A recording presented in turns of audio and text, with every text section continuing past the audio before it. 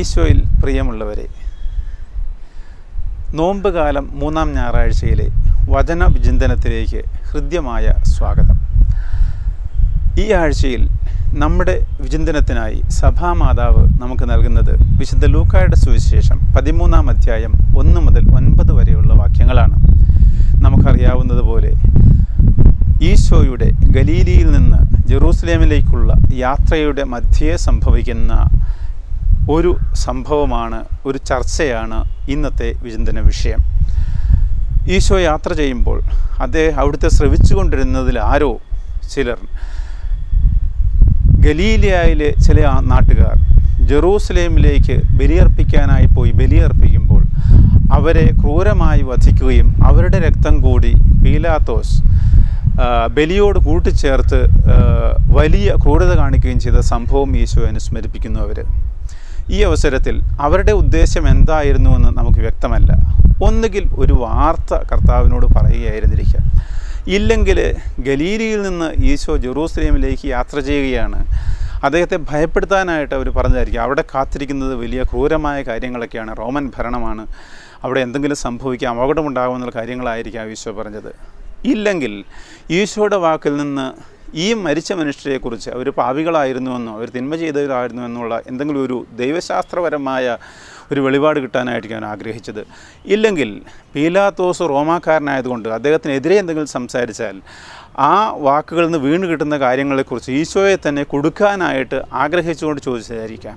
എന്തു തന്നെ ആയിരുന്നാലും ഈശോ ഇതിനോടൊന്നും പ്രതികരിച്ചില്ല. ഒരു കാര്യം മാത്രം പറഞ്ഞു: മാനസാന്തരപ്പെടുന്നില്ലെങ്കിൽ നിങ്ങളെല്ലാവരും ഇതുപോലെ നശിക്കും.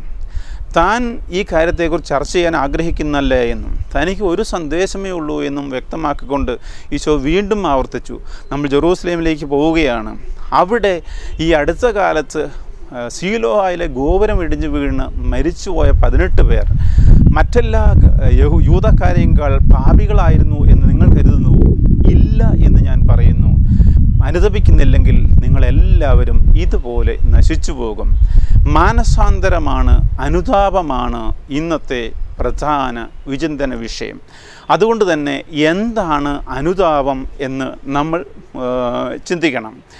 ഇതിനെക്കുറിച്ച് മനസ്സിലാകണമെങ്കിൽ നമ്മൾ രക്ഷാകര ചരിത്രത്തിൽ അല്പം പുറകേക്ക് പോകണം. ദൈവം മനുഷ്യനെ തൻ്റെ ഛായയിലും സാദൃശ്യത്തിലുമാണ് സൃഷ്ടിച്ചത്. ആ ഛായയിലും സാദൃശ്യത്തിലും സൃഷ്ടിച്ചപ്പോൾ ദൈവത്തിൻ്റെ പ്രതിനിധിയായി, ദൈവത്തിൻ്റെ വക്താവായി, ദൈവത്തിൻ്റെ കാര്യങ്ങൾ ചെയ്തുകൊണ്ട്, ദൈവത്തോട് ചേർന്ന് ചെയ്തുകൊണ്ട് മനുഷ്യൻ ലോകത്ത് ജീവിക്കണമെന്നാണ് ദൈവം ആഗ്രഹിച്ചിരുന്നത്. എന്നാൽ അങ്ങനെ സംഭവിച്ചില്ല. അനുസരണക്കേട് മൂലം മനുഷ്യൻ ദൈവത്തെ തിരസ്കരിക്കുകയും ദൈവഛായ വികൃതമാക്കുകയും ചെയ്യും. ഇതിന് പിന്നെ ഈ ദൈവഛായ വീണ്ടും അതിൻ്റെ പൂർണ്ണതയിലേക്ക് എത്തിക്കുന്നതിന് വേണ്ടിയാണ് ദൈവം രക്ഷാകര പദ്ധതി ആവിഷ്കരിച്ചത്. ഈ രക്ഷാകര പദ്ധതി ആവിഷ്കരിക്കുമ്പോൾ അത് പല സ്റ്റെപ്പുകളായിട്ടാണ് ദൈവം അതിനെ ആവിഷ്കരിച്ച് വരിക, അല്ലെങ്കിൽ അതിനെ മുമ്പോട്ട് കൊണ്ടുപോവുക.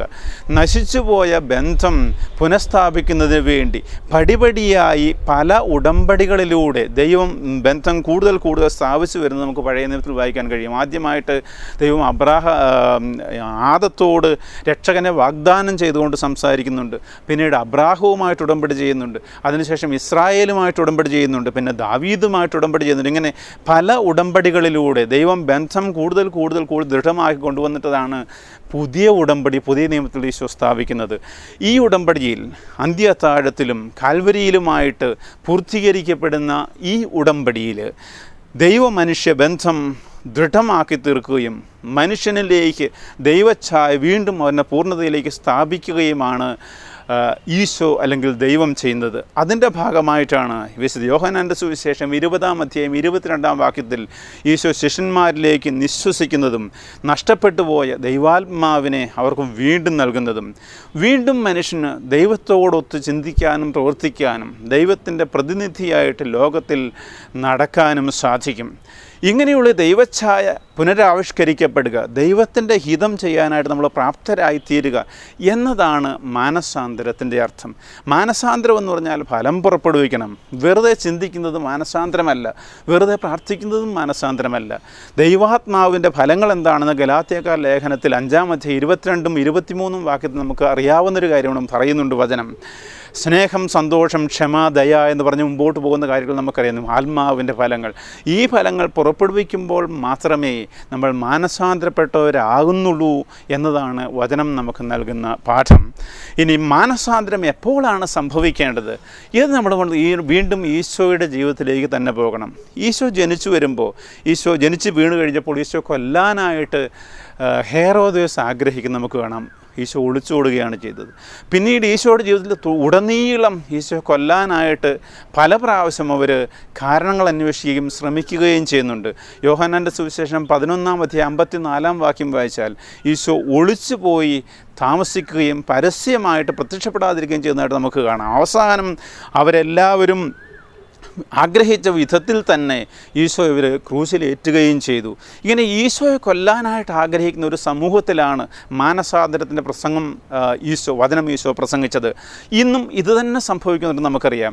നിരീശ്വരവാദികളും തൽപരകക്ഷികളും ഈശോയെ അല്ലെങ്കിൽ ദൈവത്തെ ഇല്ലായ്മ ചെയ്യാനായിട്ടുള്ളൊരു കഠിനമായ പരിശ്രമം നടത്തുകയും അതോടൊപ്പം തന്നെ അവർക്ക് അനേകം ശ്രോതാക്കൾ ഉണ്ടാകുകയും ചെയ്യുന്നൊരു കാലത്താണ് നമ്മൾ ജീവിക്കുന്നത്. നമുക്ക് മീഡിയയിൽ പോയാൽ നമുക്കറിയാം. രണ്ടാമത്തെ ഒരു പ്രത്യേകത, ഈശോ എത്രമാത്രം നല്ല കാര്യങ്ങൾ ചെയ്തിരുന്നുവെങ്കിലും എപ്പോഴും അവിടുത്തെ വിമർശിച്ചുകൊണ്ടും കുറ്റം പറഞ്ഞുകൊണ്ടും സാബത്ത് ആചരിക്കുന്നില്ല, ചുങ്കക്കാരുടെയും പാപികളുടെയും കൂടെയാണ് അവർ പോകുന്നത്, ഇങ്ങനെ പല കാര്യങ്ങൾ പറഞ്ഞുകൊണ്ട് ഈശോ വിമർശിച്ചുകൊണ്ട് എപ്പോഴും ഒരു കൂട്ടം നേതാക്കന്മാർ ഈശോയുടെ പിന്നാലെ ഉണ്ടായിരുന്നു. നിയമജ്ഞരും ഫരിസേയരും ജനത്തോട് സംസാരിച്ചു കൊണ്ടിരുന്നത് എപ്പോഴും ഈ നേതാക്കന്മാരാണ്. വാസ്തവത്തിൽ ഈ നേതാക്കന്മാരെ ശ്രവിച്ചുകൊണ്ടേയിരുന്നത് കൊണ്ടാണ്, അവരെ അനുഗമിച്ചു കൊണ്ടിരുന്നത് കൊണ്ടാണ് പലർക്കും ദൈവപുത്രൻ്റെ മാനസാന്തരത്തിൻ്റെ സന്ദേശം ഉൾക്കൊള്ളാനായിട്ട് കഴിയാതെ പോയത്. ഇന്നത് അതേപടി നടക്കുന്നൊരു കാലമാണ് നമുക്കറിയാം. നമ്മുടെ ജനം എപ്പോഴും ശ്രവിച്ചു കൊണ്ടിരിക്കുന്നത് നമ്മുടെ മീഡിയയാണ്. സഭ എന്തു തന്നെ, ക്രിസ്തുവിൻ്റെ ശരീരമായ സഭ എന്തു തന്നെ നന്മ ചെയ്താലും അതൊന്നും കാണാതെ എപ്പോഴും അതിനെ എന്തെങ്കിലും ചെറിയ ചെറിയ കാര്യങ്ങൾ പോലും എടുത്തിട്ട് വലിയതായിട്ട് കാണിച്ചിട്ട് വിമർശിച്ചുകൊണ്ട് ഇത് തെറ്റാണ്, ഇത് അസ്വീകാര്യമാണെന്ന് പറഞ്ഞുകൊണ്ടിരിക്കുന്ന ഒരു മീഡിയ സംസ്കാരത്തെ നമുക്ക് എവിടെയും കാണാം. നമ്മുടെ TV ചർച്ചകളിലോ വാർത്താ ചാനലുകളിലോ ഇൻ്റർനെറ്റിൽ എവിടെ ചെന്നാലും വാട്സപ്പിൽ എവിടെയും നമുക്കിത് കാണാവുന്നതാണ്. മൂന്നാമതൊരു പ്രത്യേകത, ഇതും ഈശോയുടെ കാലത്തെ അതേ ഒരു സാഹചര്യമാണ് നമുക്കുള്ളതെന്നാണ് ഞാൻ പറയുന്നത്. മൂന്നാമത്, ഈശോ ശിഷ്യന്മാരെ വിളിച്ചുകൂട്ടി. വലിയ വലിയ സ്വപ്നങ്ങൾ അവിടത്തേക്കുണ്ടായിരുന്നു. ഈ ശിഷ്യന്മാരെ വിളിച്ചു കൂട്ടിയപ്പോൾ തൻ്റെ പദ്ധതികൾ മുമ്പോട്ട് കൊണ്ടുപോകാനായിട്ട് ആഗ്രഹിച്ചുകൊണ്ടാണ് ഈശോ അത് ചെയ്തത്. എന്നാൽ നമുക്കറിയാം, സുവിശേഷങ്ങൾ വായിക്കുമ്പോൾ അവർ പരസ്പരം എപ്പോഴും മത്സരിച്ചു കൊണ്ടിരുന്നു, ആരാണ് വലുത്. നമ്മൾ മർക്കോസിൻ്റെ സുവിശേഷം 10-ാം അധ്യായം വായിക്കുകയാണെങ്കിൽ സ്ഥാനം ആഗ്രഹിച്ചു കൊടുക്കുന്ന ശിഷ്യന്മാരെ കാണാം. ഇങ്ങനെ അനേക കാര്യങ്ങൾ. ഈശോ മരിക്കാൻ പോകുമ്പോൾ ഒളിച്ചോടുന്ന ശിഷ്യന്മാർ ആത്യന്തികമായി കർത്താവിന് ഒറ്റിക്കൊടുത്തതും കർത്താവിൻ്റെ അപ്പസ്തോലന്മാരിൽപ്പെട്ട ശിഷ്യന്മാരിൽപ്പെട്ട ഒരു വ്യക്തിയായിരുന്നു. ഇന്ന് നമുക്ക് സഭയിലേക്ക് എവിടെ നോക്കിയാലും, അത് വിശ്വാസികളായാലും പുരോഹിതന്മാരായാലും സിസ്റ്റർമാരായാലും തിരഞ്ഞെടുക്കപ്പെട്ടവർ തന്നെ കർത്താവിനെ പരസ്യമായിട്ട് അധിക്ഷേപിക്കുന്ന നമുക്ക് കാണാൻ കഴിയും. ഇവിടെയും സന്ദേശം മാനസാന്തരത്തിൻ്റേത് മാത്രമാണ്. ലോകത്ത് സംഭവിച്ചു കൊണ്ടിരിക്കുന്ന ഏത് അത്യാഹിതവും അത് അത്യാഹിതത്തിൽ അതിനെ അനലൈസ് ചെയ്തുകൊണ്ട് അതിനെ വിശകലനം ചെയ്തുകൊണ്ടും വിമർശിച്ചുകൊണ്ടും ഇരിക്കാനുള്ളതല്ല. അവിടെ എപ്പോഴും നമുക്ക് നമ്മുടെ പാപത്തെക്കുറിച്ച് അനുതാപം ഉണ്ടാകണം. കർത്താവേ, എൻ്റെ പാപങ്ങൾ എന്നോട് ക്ഷമിക്കണമേ എന്ന പ്രാർത്ഥനയിലേക്ക് നമ്മൾ ഉയരണം എന്ന സന്ദേശമാണ് ആത്യന്തികമായിട്ട് സുവിശേഷം നമുക്ക് നൽകുന്നത്. ഇനി ഇത് മാത്രമല്ല, എപ്പോഴെങ്കിലും അനുഭവിച്ചാൽ പോരാ, അതിന് സമയമുണ്ട്, അത് പെട്ടെന്ന് തന്നെ സംഭവിച്ചിരിക്കണം എന്ന് വ്യക്തമാക്കാനായിട്ടാണ് അവസാനത്തെ ഉപമ കർത്താവ് സുവിശേഷത്തിൽ പറയുന്നത്. 6 മുതൽ 9 വരെയുള്ള വാക്യങ്ങളിൽ മുന്തിരിത്തോട്ടത്തിൽ ദൈവം നട്ടുപിടിപ്പിച്ച, കൃഷിക്കാരൻ നട്ടുപിടിച്ച അത്തിമരത്തെക്കുറിച്ച് നമുക്ക് കാണാം. അത് കിളച്ച് വളമിട്ട് ഫലമന്വേഷിക്കുന്ന ദൈവം. നമ്മുടെ ജീവിതത്തിൽ ഒന്നും തിന്മയായിട്ട് സംഭവിക്കുന്നില്ല. അതുകൊണ്ട് തുടർച്ചയായിട്ട് നമുക്ക് തിന്മയിൽ ജീവിക്കാമെന്ന് ആരും കരുതരുത്. കാരണം നമ്മുടെ മാനസാന്തരം ദൈവത്തിൻ്റെ അവകാശമാണ്. ദൈവം നമ്മളെ സൃഷ്ടിച്ചു, നമ്മളുമായിട്ട് ഉടമ്പടി ചെയ്തു, നമുക്ക് കൃപ നൽകി. ഇനി മാനസാന്തരത്തിൻ്റെ ഫലം നമ്മൾ താമസിയാതെ പുറപ്പെടുവിക്കണം. അത് ദൈവത്തിൻ്റെ അവകാശമാണ്. കാരണം ഏതൊരു ഉടമ്പടിയിലും 2 കൂട്ടർക്കും അവകാശങ്ങളുണ്ട്. ദൈവത്തിൻ്റെ അവകാശമെന്ന് കാണിക്കാനായിട്ടാണ് ഈ ഉപമ കർത്താവ് പറയുന്നത്.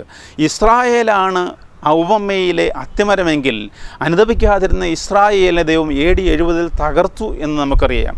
നമ്മുടെ ജീവിതത്തിൽ നമ്മൾ ദൈവത്തിൻ്റെ പരിപാലനയിൽ ജീവിച്ചു പോകുന്നവരാണെങ്കിൽ മാനസാന്തരം സംഭവിച്ചിരിക്കണം. ഈശോയുടെ കൂടെ ഗലീലയിൽ നിന്ന് ജെറൂസലേമിലേക്കുള്ള ഒരു യാത്രയാണ് ക്രൈസ്തവ ജീവിതം. ആ യാത്രയുടെ ഏറ്റവും തീക്ഷ്ണമായ സമയമാണ് നോമ്പ് കാലം എന്ന് പറയുന്നത്. ഈ യാത്രയിൽ നമുക്ക് ചുറ്റുമുണ്ടാകുന്ന സംഭവങ്ങളിൽ നിന്ന് എപ്പോഴും മാനസാന്തരത്തിൻ്റെ സന്ദേശം ഉൾക്കൊള്ളാനായിട്ടുള്ള ഒരു വിളിയാണ് ഇന്ന് സുവിശേഷം നമുക്ക് നൽകുന്നത്. ചരിത്രത്തിൽ എന്തു തന്നെ ചുറ്റും സംഭവിച്ചാലും തൻ്റെ ദൗത്യത്തിൽ നിന്ന് മാറിപ്പോകാതെ ദൈവം ആഗ്രഹിക്കുന്ന ദൈവഛായ പൂർത്തീകരിക്കുന്നതിന് വേണ്ടി ജെറൂസലേമിലേക്ക് യാത്ര ചെയ്ത കർത്താവിനെ പോലെ കർത്താവിനെ അനുഗമിച്ചുകൊണ്ട് യാത്ര ചെയ്യുന്നവരായിട്ട് നമ്മൾ രൂപാന്തരപ്പെടണം. കർത്താവിനോട് ചേർന്ന് വെറോനിക്കയെ പോലെ നമ്മൾ യാത്ര ചെയ്യുമ്പോൾ ജീവിതത്തിൻ്റെ ഏതൊക്കെയോ ഘട്ടങ്ങളിൽ കർത്താവ് നമ്മിലേക്ക്, നമ്മുടെ ഹൃദയങ്ങളിലേക്ക് തൻ്റെ ഛായ പകർന്നു തരും. ആ ഒരു ദിവ്യ അനുഭവം ആഗ്രഹിച്ചുകൊണ്ടും പ്രാർത്ഥിച്ചുകൊണ്ടും നമുക്ക് ഈ നോമ്പുകാലം ഈശോയുടെ കൂടെ യാത്ര ചെയ്യാം. ഈശോ നമ്മളെല്ലാവരെയും അനുഗ്രഹിക്കട്ടെ.